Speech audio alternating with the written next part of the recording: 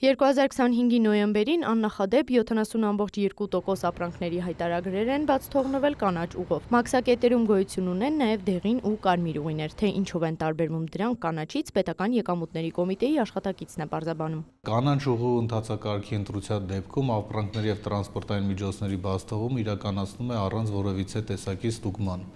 Դեղին ուղու ընտրվելու դեպքում իրականացվում է միայն փաստաթղթային ստուգում, իսկ կարմիր ուղու դեպքում իրականացվում է թե փաստաթղթային ստուգում, թե բեռի ֆիզիկական զննում։ Այսինքն ապրանքների հայտարարագրերի 70,2%-ը բաց է թողնվել առանց որևէ ստուգման, ինչը նախորդ տարվա համեմատ ավելի մեծ ցուցանիշ է։ 2024 թվականի նոյեմբեր ամսվա արդյունքներով կանաչ ուղի միջերեսային արտացոլման տոկոսը կազմել էր 56,4%։ Ասեմ ավելին, որ 2025 թվականի դեկտեմբեր ամսին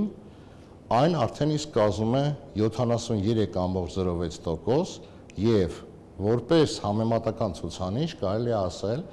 որ 24 թվականի համեմատ այն աճել է 16,6%-ային կետով։ Թե որ հայտարարագիրը որ ուղով կգնա, որոշում է ռիսկերի կառավարման ավտոմատացված համակարգը։ ՀՀ արտաքին առևտրի ազգային մեկ պատուհան համակարգի միջոցով հայտարարագիր ներկայացնելուց հետո մեր կողմից նախօրոք սահմանված ռիսկի չափանիշների համաձայն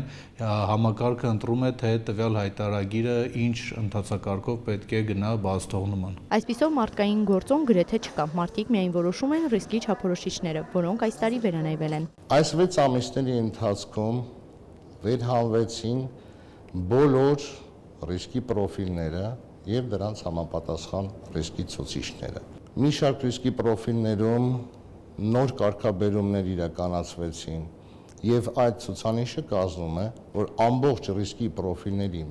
1/5 ենթարկվեց փոփոխության կամ ապակտիվացվեց։ Մոտ 21% ռիսկի պրոֆիլները ապակտիվացվեցին կամ ենթարկվեցին փոփոխության։ Ըստ գերատեսչության ներկայացուցիչների կանաչ ուղով բաց թողումների ծավալն ավելացել է հենց որոշ ռիսկի պրոֆիլներ ապակտիվացնելու շնորհիվ։ Հարց է առաջանում, եթե համակարգն է որոշում ուղին և կանաչ ուղու դեպքում ստուգումներ չեն լինում, արդյոք խախտումների ռիսկերը չեն մեծանում։ Մաքսային հսկողության շրջանակներում մաքսային ծառայությանը, մաքսային ծառայողին համապատասխան կառավարության որոշումով ընձեռված է հնարավորություն հիմնավոր կասկածներ ունենալու դեպքում նույն կանաչ ուղին բաց թողում իրականացնել ինչպես դեղին ուղու կամ կարմիր ուղու դեպքում և խախտումների հայտնաբերման դեպքում իրականացնել համապատասխան վարչարարություն։ Կանաչ ուղու բարձր ցուցանիշը օգտակար է տնտեսվարողի համար, քանի որ կրճատում է ժամանակը, հնարավոր ծախսերը, նվազեցնում տնտեսվարող մաքսավոր շփումը և խթանում կարգապահությանը։ Էմմա Վարդանյան, Արամ Հարությունյան, լուրեր։